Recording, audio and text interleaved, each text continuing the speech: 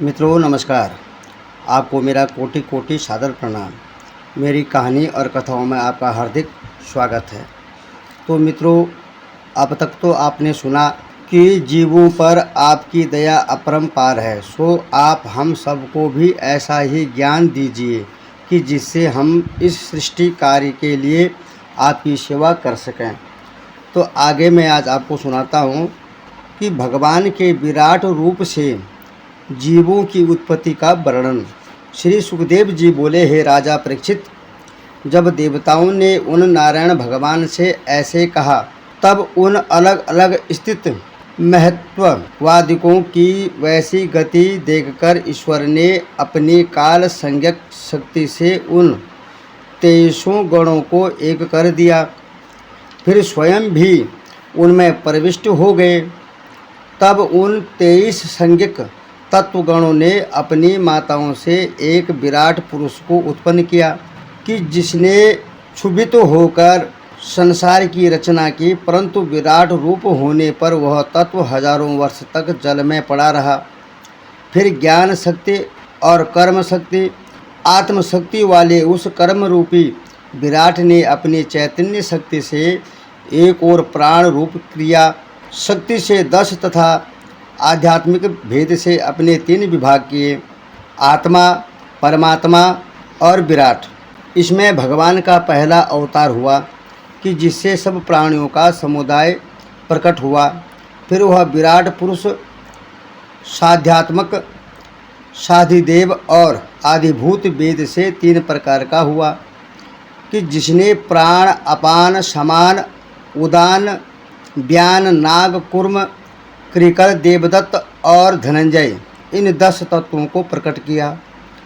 तब इनकी जीविका कैसे चलेगी? देवताओं के इस प्रकार प्रार्थना करने पर भगवान ने उन 10 के घोर तप किया। तब उनके इस प्रकार के ज्ञानमय तप के प्रभाव से अग्नि आदि के कुछ स्थान निकले। तब सबसे पहले मुख उत्पन्न हुआ, फिर वाणी, शक्ति सहित अग्नि, लोकपाल अपने अपने स्थानों में जा स्थित हुए। फिर उस विराट पुरुष के तालु उत्पन्न हुए, उसमें जिह्वा अंश से वरुण, लोकपाल प्रविष्ट हुए। तब वहाँ जिह्वा रस शक्ति को प्राप्त हुई। फिर उस विराट भगवान के नासिका निकली और उसके प्राण के अंश से अविनी कुमार देवता प्रकट हुए कि जिनसे गंध सिद्ध हुआ। तब उस विराट पुरुष के नेत्र उत्पन्न हुए, जिसमें अपने चक्षु अंश से आदित्य लोकपाल ने प्रवेश कर स्वरूपों का ज्ञान प्रकट किया। फिर उस विराट पुरुष को त्वचा उत्पन्न हुई कि जिसमें पवन लोकपाल ने प्रवेश कर अपने अंश से स्पर्श को उत्पन्न किया। फिर विराट देव के कान उत्पन्न हुए, तब उसमें अपने स्रोत अंश से दिशाओं ने प्रवेश कर शब्द को प्रकट किया। उसके पश्चात उस विराट पुरुष की त्वचा रोमों से औषधि उत्पन्न हुई कि जिससे उसमें खुजलाहट होने लगी। पश्चात लिंग उत्पन्न हुआ कि जिसमें प्रजापति देवता अपने वीर्य अंश से जा बसे, जिससे उसमें बड़ा आनंद आया। फिर जब अपने वायु अंश से उस लोकेश्वर ने उसमें प्रवेश किया, तब विराट पुरुष के गुदा उत्पन्न हुई, जिससे वह मल को त्यागने लगा। फिर जब स्वर्ग के स्वामी इंद्र ने अपने जीविका अंश से उसमें प्रवेश किया, तो उसके हाथ उत्पन्न हुए कि जिससे वह जीविका करने लगा। पुनः पैर उत्पन्न हुआ, उसमें विष्णु जी ने प्रवेश किया। पाँव से ही चलकर पाने योग्य वस्तु प्राप्त होती है। फिर ब्रह्मा जी ने अपने बोध अंश से प्रवेश कर उस विराट में बुद्धि उत्पन्न की। तब वह जानने योग्य सब वस्तुओं को जानने लगा। फिर हृदय की उत्पत्ति हुई, उसमें अपने मन अंश से चंद्रमा का वास हुआ, परंतु वह चंद्रमा भी विकारता से ही उदय हुआ। इस कारण चंद्रमा में श्यामता है। इसी प्रकार तब उस विराट पुरुष में अहंकार उत्पन्न हुआ तो उसमें कर्म अंश से रुद्र ने प्रवेश किया, क्योंकि अहंकार का ही दूसरा नाम रुद्र है। फिर चित्त की उत्पत्ति हुई, वह चेतना अंश से ब्रह्मा हुआ तो फिर ब्रह्मा होने से वह विशेष ज्ञान युक्त हो गया। तब जिनमें सत्वगुण की अधिकता थी, ऐसे देवता लोग स्वर्ग में और रजोगुण वृत्तियों वाले मनुष्य पृथ्वी में और उनके उपयोगी पशु आदि के भी पृथ्वी में प्राप्त हुए। फिर जो तमोगुण वाले तत्व थे, वे भूतों के गण आकाश में नियत किए गए। हे विदुर जी, इस प्रकार उस विराट पुरुष के मुख से वेदों से संयुक्त ब्राह्मणों की उत्पत्ति हुई। ब्राह्मण सब वर्णों के गुरु हुए। फिर उसी पुरुष की भुजाओं से क्षत्रिय उत्पन्न हुए कि जिनका यह कर्तव्य हुआ कि वे चोरादिकों के उपद्रव से सब वर्णों की रक्षा करें। फिर उसी विराट पुरुष की जंघाओं से वैश्य उत्पन्न हुए। वैश्य के लिए यह कर्तव्य हुआ कि वह कृषि और वाणिज्य आदि के द्वारा सबकी जीविका चलावें। फिर उन्हें विराट भगवान के चरणों से धर्म की सिद्धि के लिए सेवा उत्पन्न हुई। उस सेवा में सबसे पहले शूद्र उत्पन्न हुआ, उसका कर्म सेवा था। इससे सेवा जैसी इसकी जीविका को देखकर विष्णु जी इस पर बहुत प्रसन्न हुए। इस प्रकार से भगवान श्री विष्णु जी सब वर्णों के परम पूजनीय हैं। तब भला उन काल कर्म और स्वभाव शक्ति वाले ईश्वर को योग माया के बल से उत्पन्न विराट भगवान का संपूर्ण निरूपण कौन कर सकता है।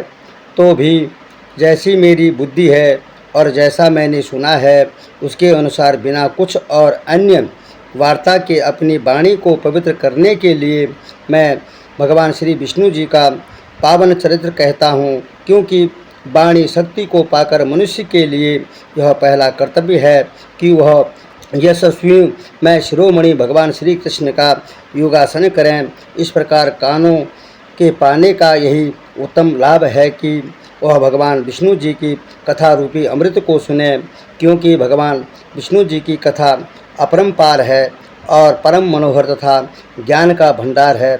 उनके असीम और अद्भुत चरित्रों को जानकर कोई पार नहीं पा सकता है। यहाँ तक कि स्वयं ब्रह्मा भी उनका योगासन करते करते थक गए और पार नहीं पाए। हजारों वर्ष की तपस्या भी उनको यथार्थ रूप से नहीं पहचान सकती। वे भगवान बड़े ही मायावी और सब प्राणियों को मोहित करने वाले तथा परम योगेश्वर हैं। उनकी अपरंपार माया को कोई कैसे जान सकता है। चलते चलते उनकी ओर से थक कर लौटना ही पड़ता है। तब जिनको देवता भी नहीं पा सकते, उन भगवान के लिए मेरा नमस्कार है, बारंबार प्रणाम है। तब श्री सुखदेव जी कहते हैं कि जब मैत्रेय जी ने ऐसा कहा, जब उनको प्रसन्न करते हुए विदुर जी बोले, हे ब्राह्मण, आपने जो यह कहा कि वे भगवान निर्विकार और केवल चैतन्य मात्र हैं, सो उनके गुण कर्म लीला युक्त कैसे हो सकते हैं। जब बालक भी अपने उद्योग और अपनी इच्छा से ही क्रीड़ा करता है अथवा दूसरे बालकों को क्रीड़ा में प्रवृत्त देकर वैसे ही क्रीड़ा करने लगता है, तब भला निवृत्त रहकर भी वह ईश्वर की जो स्वयं ही सर्वथा तृप्त है, वह कैसे नाना प्रकार की क्रीड़ा कर सकता है।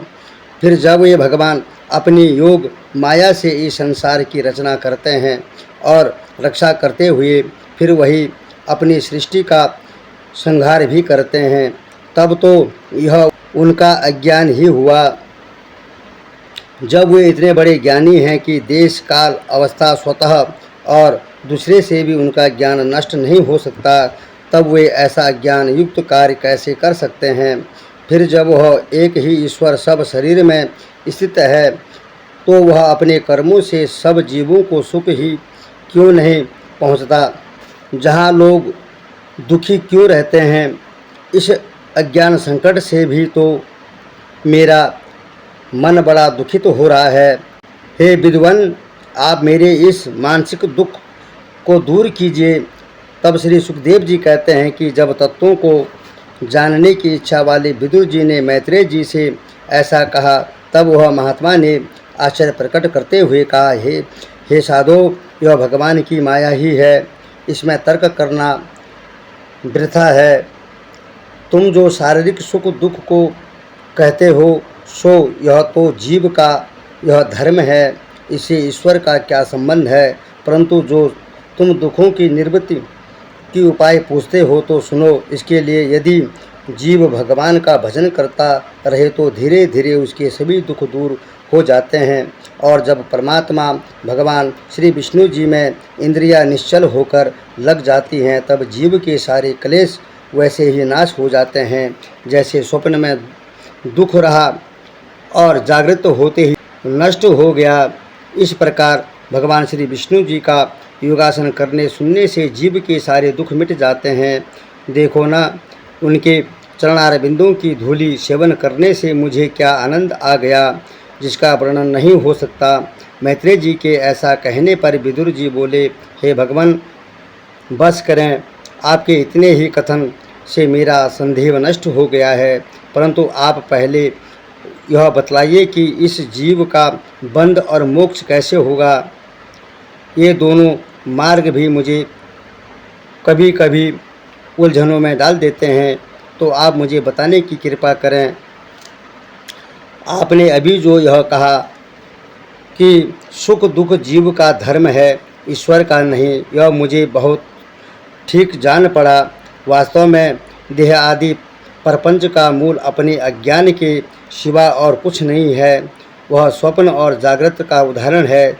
सच है, इस संसार में दो ही सुखी हैं। एक तो वह है कि जो बिल्कुल सीधे साधे, जिन्हें गंवार कहते हैं, अर्थात जिन्हें संसार की गति विगति का चक्र न लगा हो, और दूसरे वे कि जिन्होंने अपने तन मन और वचन से भगवान के चरणों में लौ लगा दी हो। बस इसके अतिरिक्त अथवा जो लोग इसके बीच में हैं वे सर्वदा दुखी ही रहते हैं। सत्य है, आत्मा में तो कोई प्रपंच है ही नहीं, केवल एक मिथ्या आभास है जो अब आज आपके चरणों का दर्शन कर मैं उससे भी निश्चित हो गया, और अब उस मिथ्याभास को भी दूर करूंगा। निश्चय ही आप संतों की सेवा से हृदय में स्थित भगवान विष्णु के चरणों में बड़ा अनुराग उत्पन्न होता है, क्योंकि आप लोग ऐसे महान आत्मा हैं कि प्रतिक्षण उन देवादि देव भगवान श्री विष्णु की कथा कहते रहते हैं।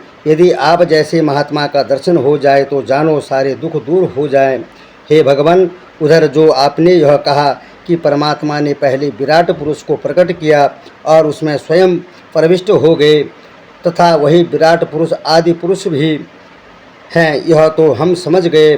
परंतु जो आपने 3 प्रकार का प्राण कहा था और उसमें आपने केवल एक प्राण में ही 10 प्रकार के प्राण कहे हैं तथा जिससे ब्राह्मण आदि वर्णों की उत्पत्ति कही है, उसे हम नहीं समझ सके। सो कृपा कर आप उसे पूरा कह के हमें यह समझाने की कृपा कीजिए कि ब्रह्मादिक विभूतियों सहित वह पुत्र पौत्र नाती और गोत्रजों सहित इस विचित्र आकार प्रकार वाले प्रजाजनों की उत्पत्ति कैसे हुई है कि जिनसे यह सारा संसार भरा हुआ है। फिर यह भी बतलाइए कि प्रजापति ब्रह्मा जी ने किन प्रजापतियों की रचना की थी, उनके वंश परिचय सहित वंशजों का आचार विचार रीति नीति, पृथ्वी के ऊपर और नीचे के लोक तथा उनकी स्थिति और प्रमाण सहित भूगोल का पूर्ण वर्णन कीजिए। साथ ही यह भी बतलाने का कष्ट करें कि वे पशु पक्षी मनुष्य देवता सांप और जरायुज स्वदेश तथा उद्भिज सब सृष्टि कैसे उत्पन्न हुई। जिस प्रकार से लक्ष्मी निवास भगवान विष्णु जी अपने ब्रह्मादिक अवतारों से संसार की सृष्टि का पालन तथा संहार करते हैं, वह भी बतलाइए। भगवान के इन उदार चरित्रों को सुनते हुए जी नहीं भरता है। फिर वह वेश आचार तथा स्वभाव से वर्ण और आश्रमों का विभाजन कैसे हुआ, ऋषियों के जन्म कर्मादिक कैसे हुए और वेदों का विभाजन कैसे हुआ, यह सब भी आप हम लोगों को बतलाइए। हे महात्मन, योग का मार्ग क्या है और यज्ञ का विस्तार कब से हुआ है, ज्ञान तथा सांख्य शास्त्र मार्ग क्या है और वह पंचरात्र यज्ञ क्या है कि जिसका नारद जी ने एक विशेष विवेचन किया है। फिर वह पाखंड का क्या मार्ग है कि जिसके कारण प्रलय होता है तथा ब्रह्म में लीन होना क्या है और कर्मों द्वारा यह जीव कैसे गति को प्राप्त होता है। हमें वह मार्ग बतलाएं कि जिस पर आचरण करने से धर्म, अर्थ, काम और मोक्ष साधन में किसी प्रकार का विरोध न उठ खड़ा हो। कहने का भाव यह है कि जीविका, दंड नीति और शास्त्र की सब विधियों को अलग अलग वर्णन कीजिए। हे ब्राह्मण, श्राद्ध की विधि और पितरों की सृष्टि तथा ग्रह, नक्षत्र और तारों की स्थिति कहाँ है। दान, तप इत्यादि तथा कूप और बावली आदि के निर्माण का क्या फल है तथा जो पुरुष विदेश में वास करता हो उसका और आपत्ति काल का क्या धर्म है, यह सब भी मुझे बतलाएं। श्री विष्णु जी की किस प्रकार प्रसन्न होते हैं और किस पर प्रसन्न होते हैं, यह भी मुझसे कहिए। हे ब्राह्मणों, मैं श्रेष्ठ मैत्रेय जी, आप गुरुजनों से श्रद्धावान शिष्यों का बड़ा उपकार होता है और आप लोग बड़े दयालु होते हैं, क्योंकि अनुकूल शिष्य ऐसे पुत्रों को पाकर वे बिना पूछे ही सब गुप्त रहस्यों को बतला देते हैं। सो हे गुरुदेव, आप कृपा कर यह बतलाइए कि सब तत्वों में कितने प्रकार का प्रलय होता है और उनमें से कौन ईश्वर की उपासना करते हैं तथा शेष साई भगवान के भी क्या लक्षण हैं और गुरु तथा शिष्य भी जिस ईश्वर के कारणभूत हैं उसका क्या स्वरूप है और वेद का क्या ज्ञान है इत्यादि वेदों को हमें समझाइए, क्योंकि ज्ञान का साधन इतना कठिन है कि वह बिना गुरु के समझ में नहीं आ सकता।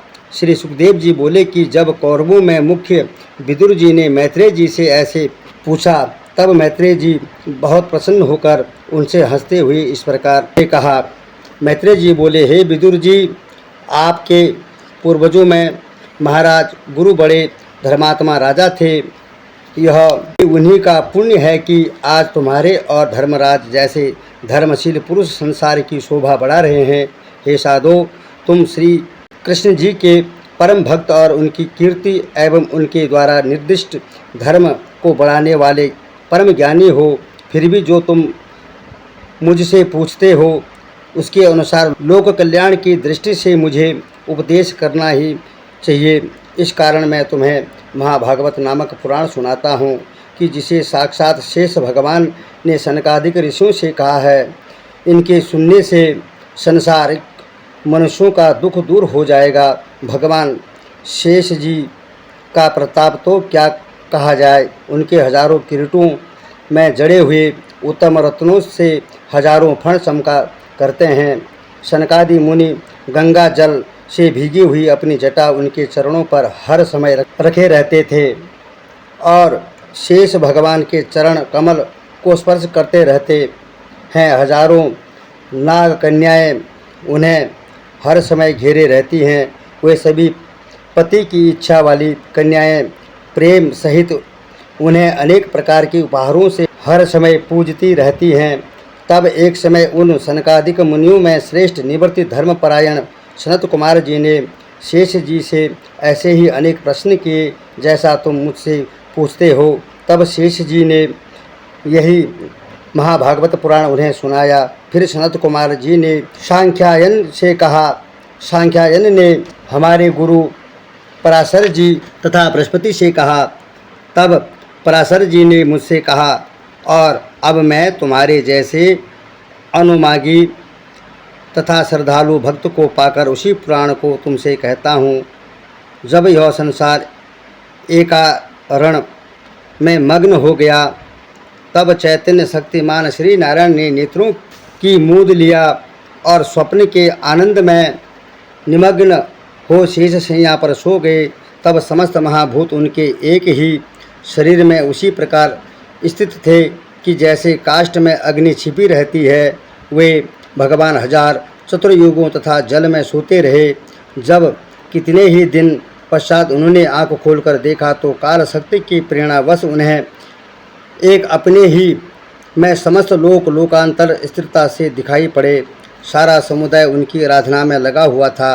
लोक रचना के लिए अब आकुल हो रहे थे। तब काल की प्रेरणा से भगवान ने सूक्ष्म से सूक्ष्म सब भूतों को बाहर निकालने की आज्ञा दी। तब रजोगुण से विद्वभूत भगवान की नाभि से बाहर हुए। सबको काल ने कर्म का बोध दिया।